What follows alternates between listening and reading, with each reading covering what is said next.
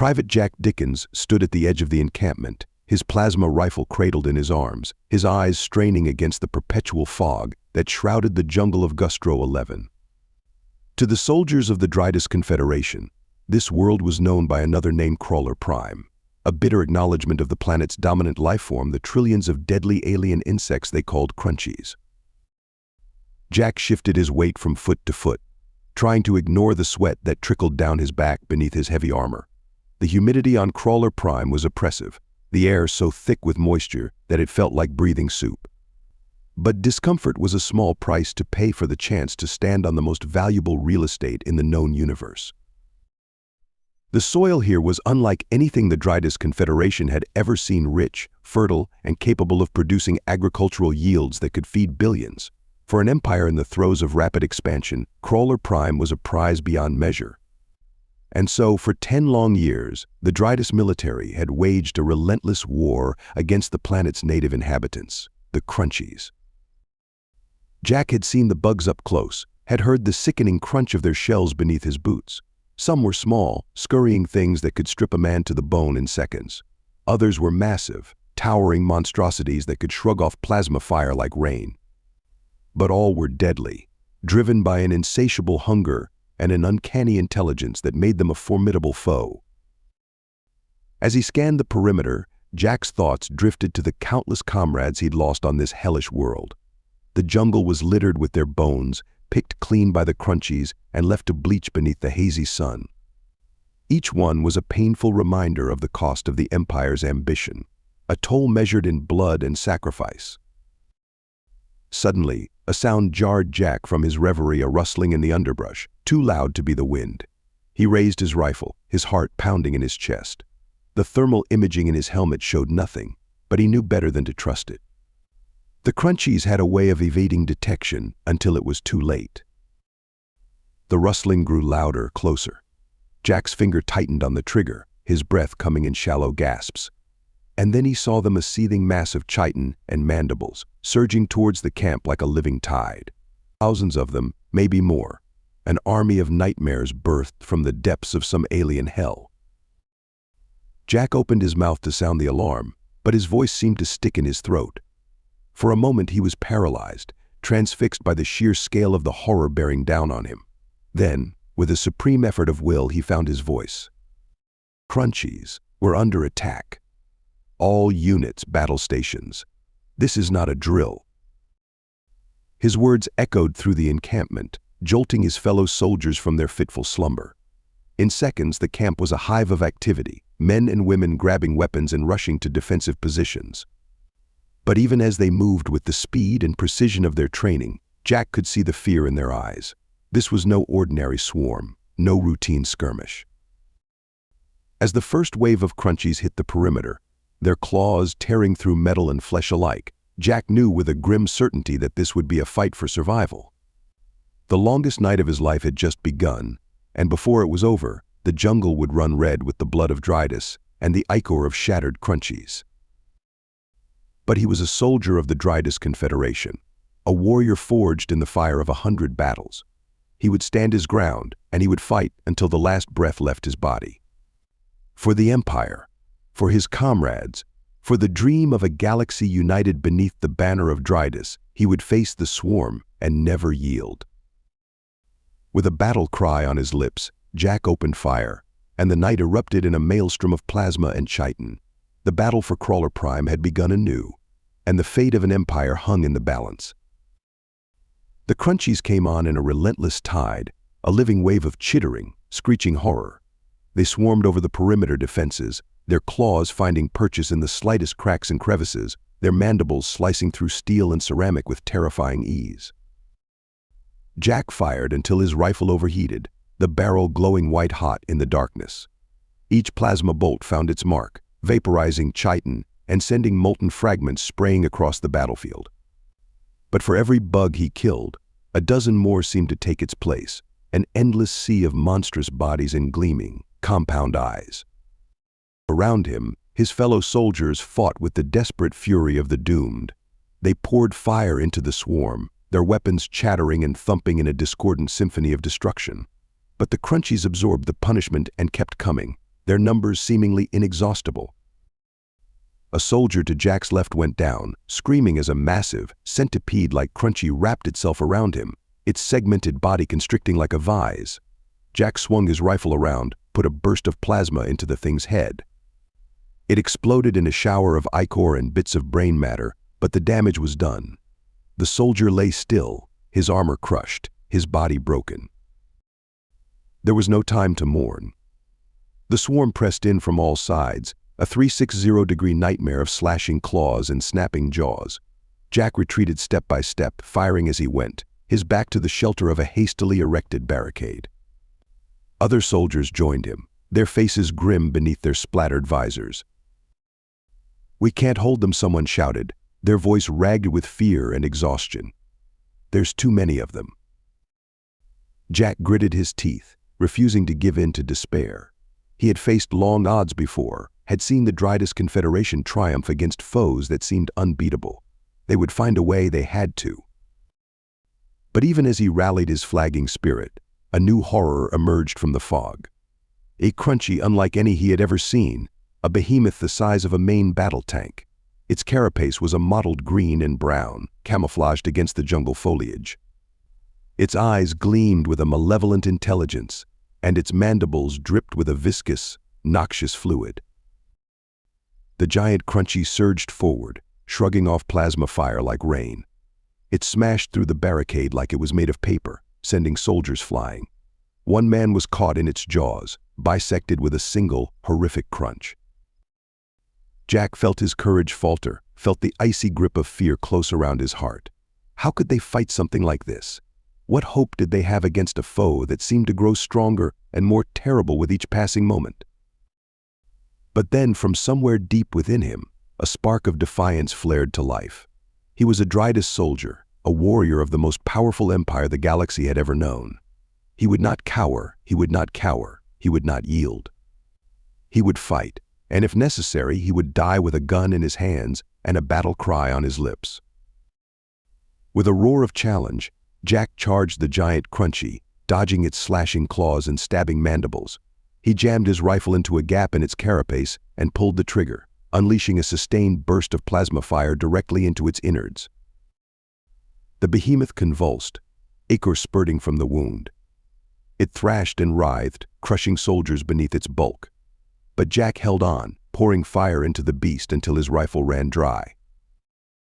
With a final, shuddering spasm, the giant crunchy collapsed, its body shriveling as its vital fluids leaked out onto the muddy ground. A cheer went up from the surviving soldiers, a ragged cry of triumph against impossible odds. But the battle was far from over. The swarm, enraged by the fall of their champion, redoubled their assault. They came on in a frenzy of snapping claws and lashing tails, determined to overwhelm the defenders by sheer weight of numbers. Jack looked around at the dwindling band of survivors, saw the exhaustion and desperation in their eyes. They were at the limits of their endurance, pushed to the brink by the relentless onslaught. But they were Drydus soldiers, and they would not break. They would fight on through the long, terrible night, holding the line against the swarm. For the Empire, for each other, for the chance to see another dawn, they would stand and they would fight. And so, with a hoarse battle cry, Jack reloaded his rifle and turned to face the swarm once more. The longest night of his life was far from over, but he would meet it with fire and steel, with courage and resolve unbreakable. The Crunchies would learn the true meaning of Drydus strength, even if it took every last drop of blood in his body. The battle raged on, the hours blurring together in a ceaseless nightmare of carnage and horror. Jack lost all sense of time, his world narrowing to the immediate imperatives of survival: aim, shoot, reload, repeat. The fog swirled around him, lit by the strobing flashes of plasma fire and the eerie glow of bioluminescent crunchy blood. His squad fought with the grim determination of the damned, their armor battered and scorched, their faces haggard beneath their helmets. They had been reduced to a handful, a pitiful remnant of the proud unit that had deployed to Crawler Prime with dreams of glory and adventure. Now, those dreams lay shattered, ground to dust beneath the relentless onslaught of the swarm. Jack watched in helpless agony as his comrades fell, one by one, their screams echoing across the battlefield. Some were dragged away into the seething mass of crunchies, their fates too horrible to contemplate. Others simply collapsed, their bodies rent and torn, their lifeblood mingling with the churned mud of the jungle floor. Jack wept as he fired, his tears blurring the targeting reticle in his helmet display. Each loss was a knife to his heart, a wound that would never fully heal. These were more than just fellow soldiers, they were his brothers and sisters, bound by the unbreakable ties of shared hardship and sacrifice. As the night wore on and the casualties mounted, a grim realization settled over the survivors. They were running out of ammunition, the power cells for their plasma weapons dwindling with each frenzied burst of fire. Soon they would be reduced to fighting hand to hand, a prospect that filled Jack with a sickening dread. In a moment of desperate inspiration, he hit upon a plan. Ripping a power cell from a fallen comrade's rifle, he jury-rigged a crude incendiary device, a last-ditch weapon, to hold the swarm at bay. "Fire in the hole," he shouted, his voice hoarse from hours of battle cries and anguished screams. His remaining squadmates ducked behind the meager cover of the shattered barricades as he hurled the makeshift grenade into the midst of the swarm.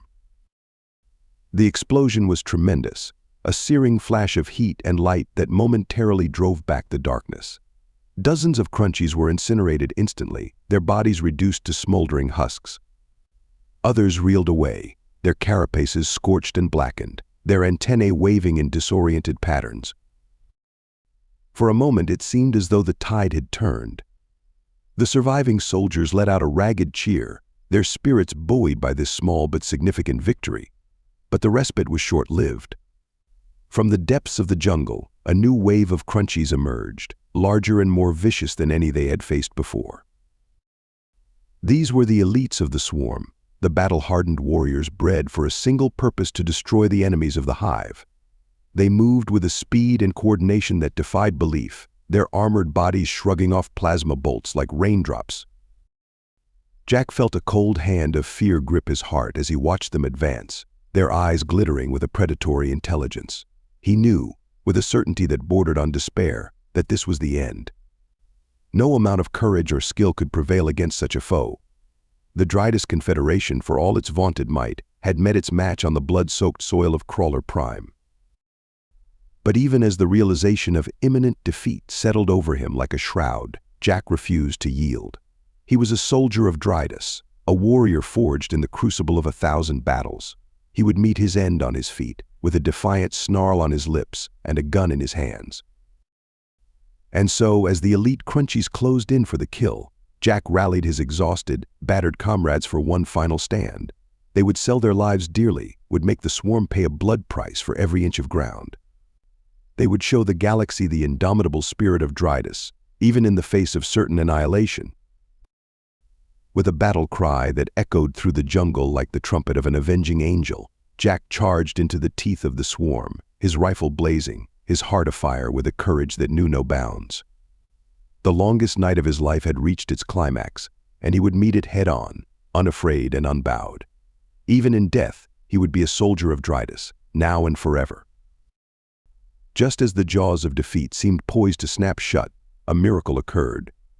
From the fog-shrouded sky, a sound emerged, the deep, thrumming roar of Drydus dropship engines. Jack looked up, hardly daring to believe his eyes, as the angular silhouettes of friendly craft descended through the mist. It was a sight that would be forever seared into his memory, the gleaming hulls of the dropships, emblazoned with the golden eagle of the Drydus Confederation, their wings cutting through the haze like the blades of avenging angels. They came in low and fast, their plasma cannons already spitting fire, their troop bays disgorging fresh waves of heavily armed reinforcements. The effect on the crunchies was immediate and dramatic. The swarm recoiled as if struck by a physical blow, their advance faltering in the face of this unexpected onslaught. The dropships raked their ranks with sustained bursts of plasma fire, each shot vaporizing dozens of the foul creatures. The jungle floor became a charnel house, littered with the smoldering remains of shattered chitin and seared flesh. For Jack and his battered comrades, it was as if a weight had been lifted from their shoulders. They watched in awe as the tide of battle turned, the seemingly invincible swarm driven back by the might of Drydus arms. Tears of relief streamed down their faces, cutting tracks through the grime and blood that caked their skin. But the battle was far from over. The Crunchies, though reeling from the initial assault, were quick to adapt. They regrouped, their elites forming a protective cordon around the main body of the swarm. They focused their fire on the dropships, seeking to bring down the Confederation's air support with a barrage of acid and spines. Jack knew that the window of opportunity was closing fast. If the Crunchies succeeded in grounding the dropships, the reinforcements would be cut off and the battle would be lost. With a hoarse shout, he rallied his squad and the newly arrived troops into a desperate counterattack.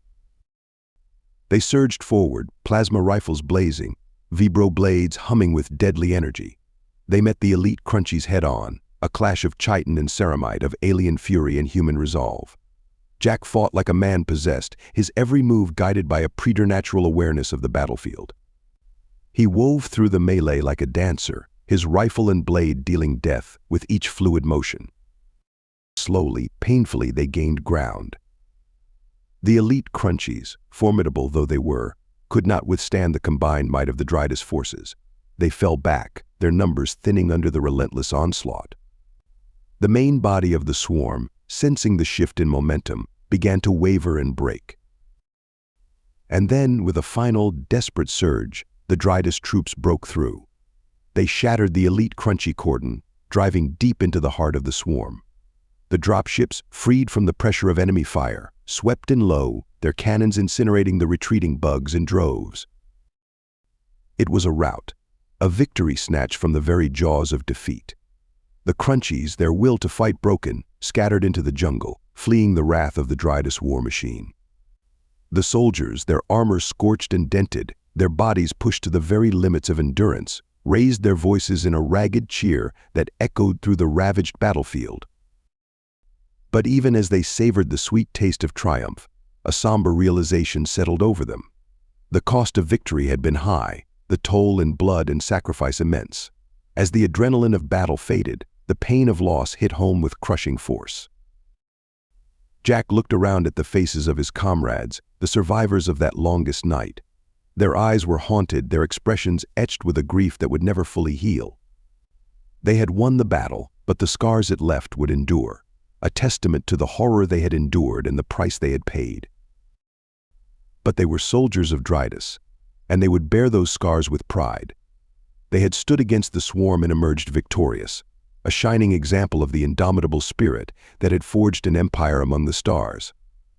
They had proven, beyond any shadow of doubt, that the Drydus Confederation would never submit, never surrender, never yield in the face of even the most implacable foe. As the dropships carried them away from the battlefield, towards the safety and comfort of the rear lines, Jack felt a grim sense of satisfaction settle over him. The battle for Crawler Prime was far from over, but they had struck a blow this day that would resound through the ages. They had shown the galaxy the mettle of Drydus, and they had done it with fire and blood and an unwavering courage that would be the stuff of legend. In the aftermath of the battle, a strange quiet settled over the Drydus encampment. The soldiers, exhausted and shell-shocked, went about the grim task of tending to their wounded and honoring their dead. The medics worked tirelessly, their hands steady despite the horrors they had witnessed, their voices soft and soothing as they comforted the injured. Jack sat on the edge of a supply crate, his rifle across his knees, his gaze distant and unfocused. He felt numb, his mind struggling to process the events of the last few hours. The adrenaline that had sustained him through the long night had drained away, leaving him hollow and spent. It was then that the news came, delivered by a grim-faced officer with the insignia of the Drydus High Command on his collar. The reinforcements, it turned out, were just the vanguard of a much larger force. Emperor Franco himself, alarmed by reports of the Crunchies' growing strength, had ordered a massive offensive to secure Crawler Prime once and for all. The plan was audacious, a testament to the strategic brilliance of the Drydus military machine. Legions of troops were even now deploying across the planet, supported by columns of armored vehicles and flights of attack craft. Their objective was to strike at the heart of the Crunchie threat, the vast underground hive cities that served as the bug strongholds. The hives, long suspected but never confirmed, had been revealed by a series of deep penetrating scans conducted by Drydus scout ships. They were immense, labyrinthine structures that stretched for miles beneath the planet's surface, teeming with countless millions of crunchies. To destroy them would be to cut the head off the snake, to break the back of the alien resistance in one decisive blow. Jack listened to the briefing with a growing sense of awe and trepidation. The scale of the operation was staggering, the risks enormous. But he knew, with a certainty that bordered on religious fervor, that it was the only way. Drydus had committed itself to the conquest of Crawler Prime, and there could be no turning back. As the preparations for the offensive began, Jack and his squad were given a special mission. They were to infiltrate one of the primary hive cities, planting a series of seismic charges at key structural points. When detonated, the charges would bring the entire city crashing down, burying the crunchies beneath millions of tons of rock and rubble. It was a suicide mission, and they all knew it. The chances of making it out of the hive alive were slim to none. But Jack and his comrades accepted the task without hesitation. They were Drydus Marines, the finest soldiers in the galaxy. They would do their duty, no matter the cost. As they geared up for the mission, checking their weapons and equipment with practiced efficiency, Jack felt a strange sense of calm settle over him. The fear that had gripped him during the long night was gone, replaced by a steely resolve. He was ready to face whatever lay ahead, to give his life for the glory of Drydus. The insertion into the hive was a nightmare of twisting tunnels and oppressive darkness, of chittering swarms and slavering jaws. They fought their way deeper and deeper, each step a battle, each moment a test of will and courage. But they did not falter, did not hesitate. They were the fire of Drydus, and they would burn a path to victory, no matter the odds. In the end, they succeeded. The charges were planted, the hive city reduced to a maelstrom of collapsing tunnels and buried crunchies. As Jack and his squad made their harrowing escape, dodging falling rock and enraged bugs, they knew that they had struck a blow that would change the course of the war. And when they emerged, battered but alive, to the cheers of their fellow soldiers and the sight of Drydus banners fluttering in the breeze, Jack felt a surge of pride and purpose that eclipsed any pain or fatigue. They had done it. They had shown the galaxy the indomitable spirit of Drydus, had proven that no foe, no matter how monstrous or numerous, could stand against the righteous might of the Confederation. As he stood there, basking in the glow of victory, Jack knew that this was just the beginning. Crawler Prime would be cleansed of the crunchy scourge, its riches claimed for the glory of the Empire. And he, Jack Dickens, would be there every step of the way, a soldier of Drydus, a warrior without fear or doubt, a champion of humanity's manifest destiny among the stars. The fire of Drydus burned within him, an unquenchable flame that would light the way to a future of endless triumph. And as he raised his fist in salute, his voice joined with 1,000 others in a thunderous battle cry that shook the very heavens. Ave Imperium. Of Drydus. Victory and glory, now and forever. I hope you enjoyed this video. If you did, please be sure to leave it a like. If you'd like to see more videos like this, be sure to subscribe, and I'll see you in the next one.